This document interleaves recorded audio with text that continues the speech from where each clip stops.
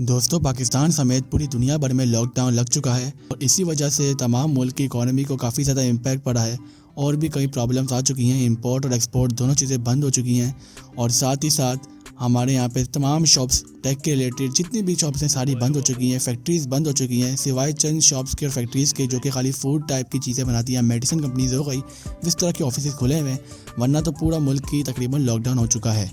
अब ऐसे में ज़्यादातर लोगों ने मुझसे सवाल पूछा कि मतलब अब यहाँ पे आपने वीडियो बनानी चाहिए कि टेक के गैजेट्स होगा या पीसी पार्ट्स कह सकते हैं, ग्राफिक कार्ड्स कह सकते हैं हम लोग, तो उनके प्राइस क्या नीचे गिरेंगे या ऊपर होंगे और लॉकडाउन में हमें क्या इम्पैक्ट देखने को मिलेगा इन चीज़ों पर।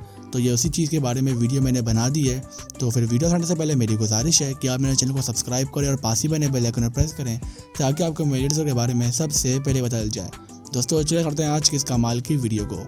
दोस्तों, जैसा कि आप जानते हैं कि कोरोना वायरस की वजह से पूरी दुनिया पर लॉकडाउन लग चुका है। इन ममालिक में पाकिस्तान भी शामिल है। अब हमारा यहाँ सवाल ये उठता है कि यहाँ पे पीसी पार्ट्स वगैरह में क्या होने वाला है।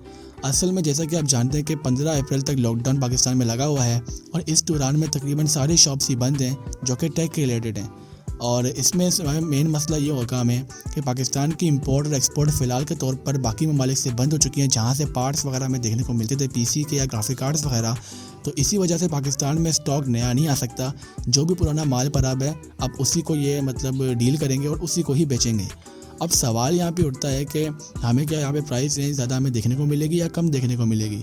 दोस्तों, यहाँ पे अभी फुल कंफर्म तो बात यही कह सकते हैं हम कि ज़्यादा आपको प्राइस देखने को मिलेगी। इंपोर्ट और एक्सपोर्ट किसी कंट्री की बंद है और जितना सामान उसके पास पड़ा हुआ ज़ाहिर सी बात है वो महंगे का ही बेचेगा, क्योंकि नया माल तो आ नहीं रहा। अगर नया माल आ रहा होता तो वो थोड़ा सस्ता करके बेचता और कमाता उससे पैसे।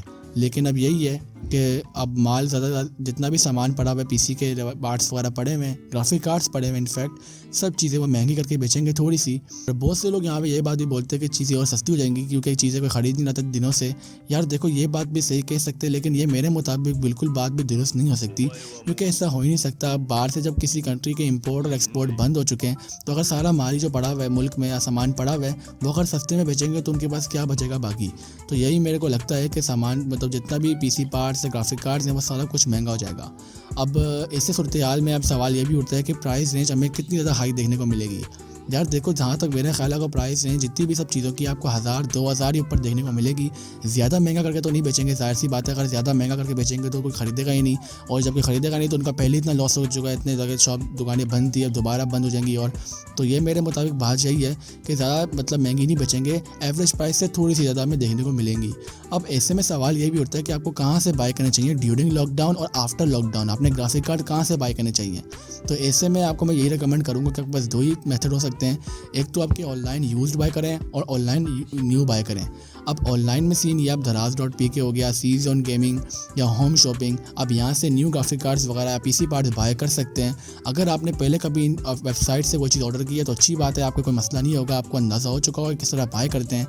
ओवरऑल दराज पे तो मैं आपको रिकमेंड नहीं करूँगा क्योंकि दराज में फ्रॉड कुछ ज़्यादा देखने को मिलता है। आप बाकी वेबसाइट पर देख कर बाय कर सकते हैं। दूसरी चीज़ ये कि आप OLX से बाय कर सकते हैं। OLX पर बहुत सारे लोगों ने अपनी मार्केट्स खोली हुई हैं और वहाँ पर आप ग्राफिक कार्ड वगैरह को भी पीसी पार्ट बाय कर सकते हैं। आपको कम प्राइस में देखने को मिलेगा जो एवरेज प्राइस है, क्योंकि लोग बेच ही होते हैं।